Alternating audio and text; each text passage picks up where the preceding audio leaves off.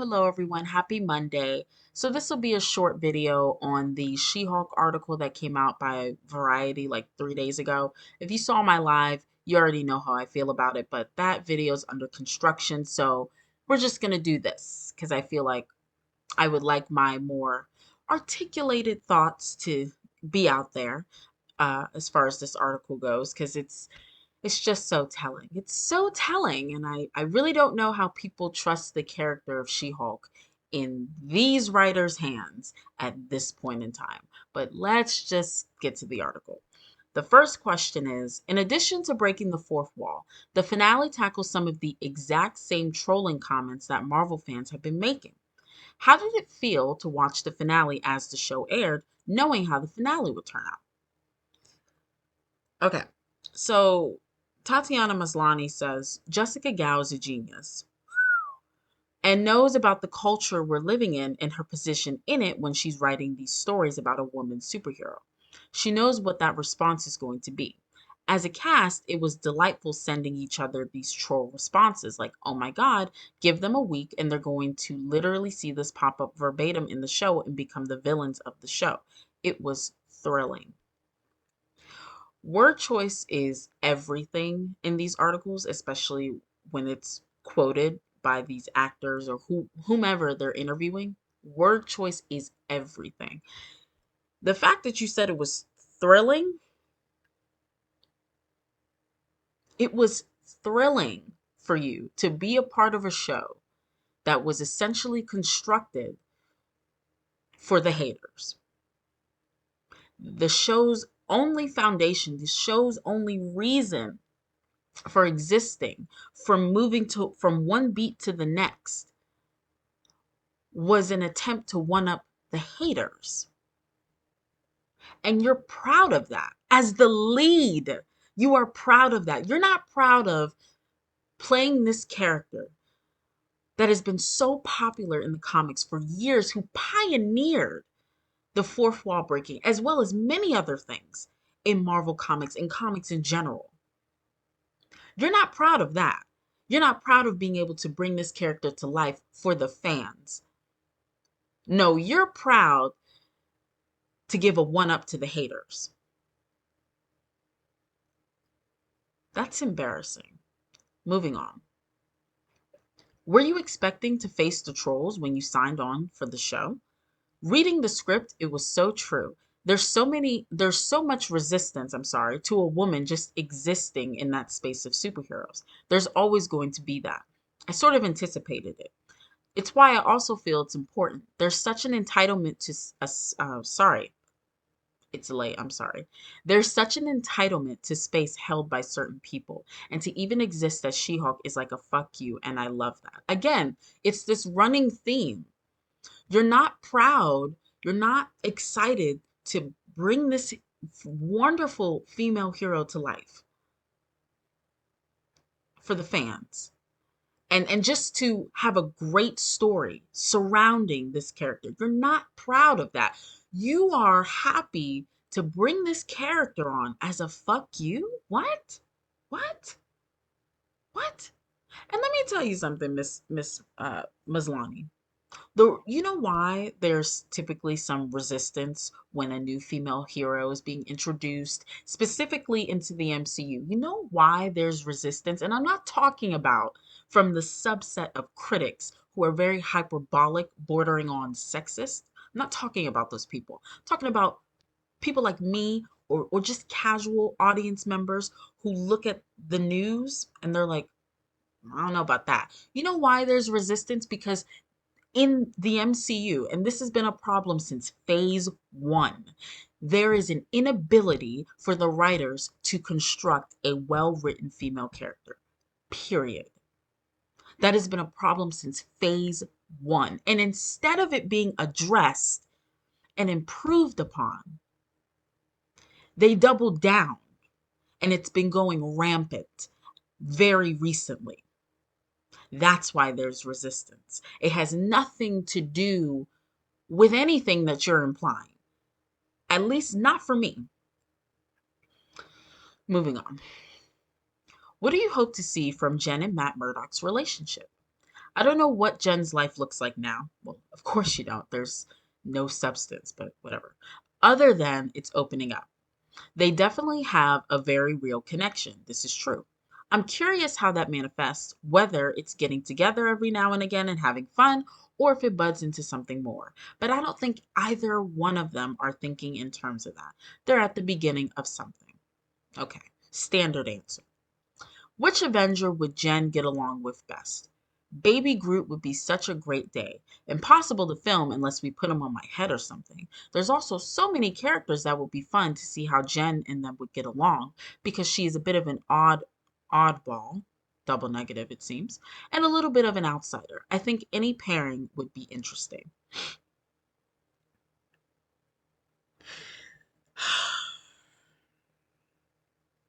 I don't know. I don't know what Avenger Jen would get along with best because she's not a character. she like she's not very likable from the 3 episodes that I watched. So take that what you will. I didn't find her to be very likable. And she's literally just a mouthpiece for the writers. So I don't even know how she would be with other Avengers. I'm sorry. Ooh, it's late. So I'm gonna slip up a lot. And I'm really not gonna edit this, so it is what it is. But yeah, the fact that Baby Groot was your first answer, oh my gosh, that would probably be a cute interaction if She-Hulk slash Jen was written better, but oh well. She and Deadpool would destroy the fourth wall. They're gonna fight over whose camera is the dominant camera. Oof, boy. Um, hmm. Did Marvel give you any suggestions for the hate comments they get online? All right, here's Jessica Gal. That conversation between Jen and Kevin is very much the relationship that I have with real life Kevin, and a lot of that is taken from conversations I've had with him. That scene was so much longer in the scripts. If they had let me, I probably would have written a 10-minute conversation of my avatar arguing with Ken. This is probably the tightest version of what it could have been. There were a couple of jabs where Kevin was like, okay, this is a little mean now. See, this part, I probably would have written a 10-minute conversation of my avatar arguing with Kevin. See, that tells me that She Hulk for Jessica Gal is almost like a self insert. I cannot stand self inserts. I can't do it. Most times they don't work. Like when you take an already established character from a book, from a comic book, from like, and you put yourself in it, no, it doesn't work. 9 times out of 10, it does not work. It certainly doesn't work here. Oh, what a mess. Like your avatar? Like, what are you even saying? Are you saying She Hulk is your avatar? Moving on. How, wait, I'm sorry. Yes, how did it feel to accurately predict what the trolls would be saying? Our writer's room opened 3 years ago. The fact that we were able to predict what the reaction was going to be, what a lot of the trolling comments were going to be, really shows how tired and unoriginal these trolls are. That really tickled me because the little troll that lives inside me really loves trolling trolls.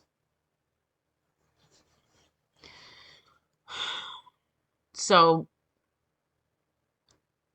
you built a show with the foundation of having a one up on the trolls. You didn't bother to construct a good story, have great characters, great action scenes. All of these things by themselves would trump your so called haters and trolls. If you had that, you wouldn't need to focus so much on the haters because they would be quiet. They wouldn't have shit to say. Ooh, child, it's a mess. How did you decide to introduce Scar? From the beginning, we often talked about if there would be a cameo at the end, or in typical Marvel fashion, would we tease a new character at the very end? A big cameo would be completely dependent on who was available and who was willing to do it. And you can't really bank on that at the script stage. We talked a lot about what character we could tease. Ultimately, it was Kevin who decided it should be Scar. His look is all Kevin Feige. Way to pass the blame. It was all Kevin. No, I think it was maybe on the VFX artist who probably fell out from exhaustion from working under a time crunch because you wanted to be cheap. So, all right, moving on. Yeah, I'm gonna skip this question. I don't care about it. All right, what was Kevin Feige's reaction to the finale?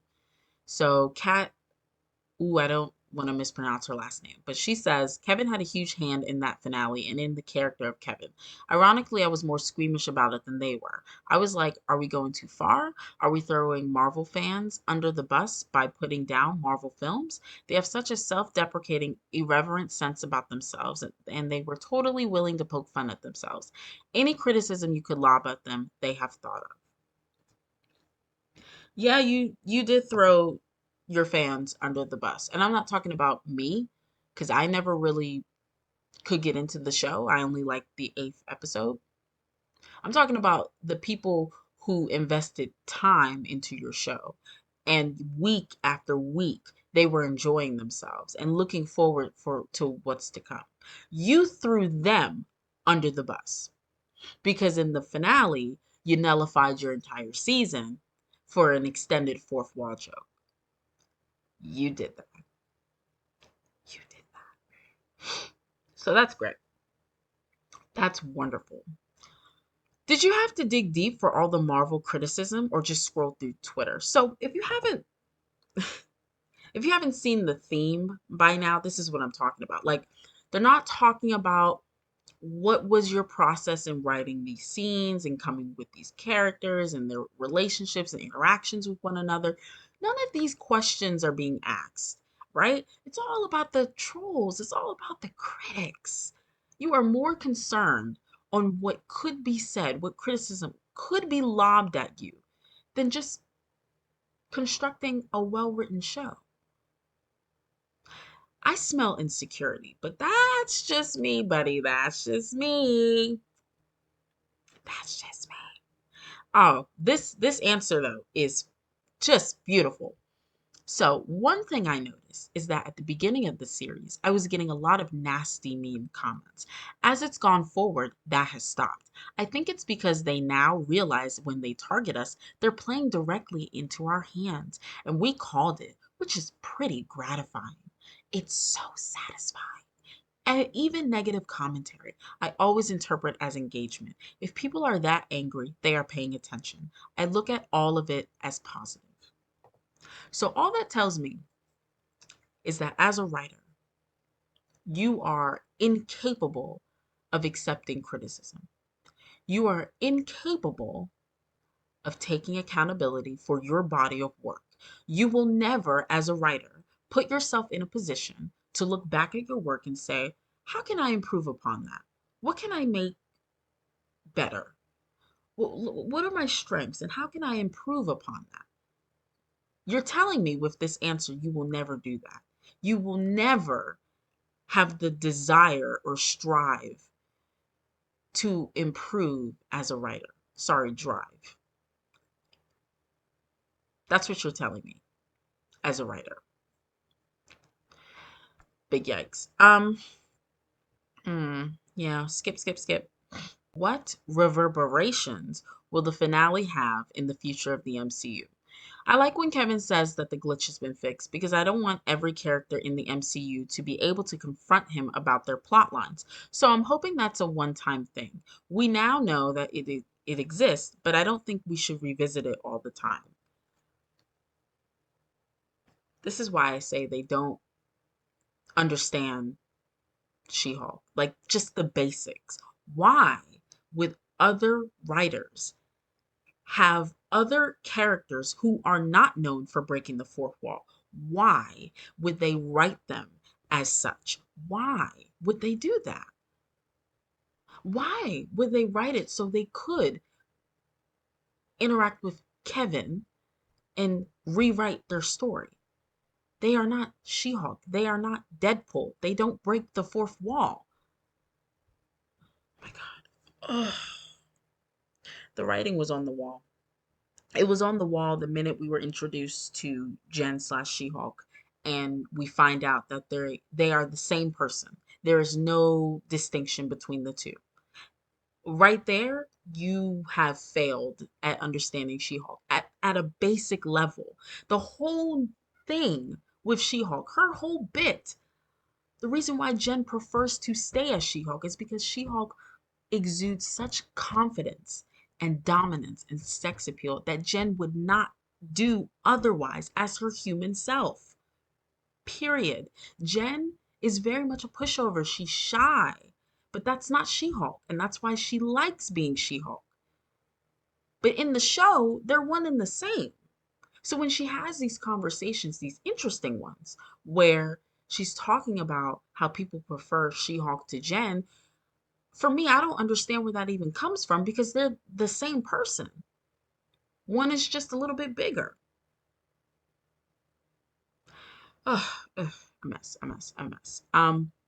That's the end of the article. I skipped two questions because I don't care and they're not important. I just don't care. You troll the fans and you're proud of it. I think that's what's getting me. You are actually proud of that. The lead actress is proud of that, and the writers are proud of that. And you wonder why we're not receptive to She Hulk as a character. Okay. All right. All right, buddy. Okay. That's it. Those are my condensed thoughts. This article has been out for a while, so let me know what you think. Do you agree, disagree? Let me know. And I'll catch you guys later. Bye.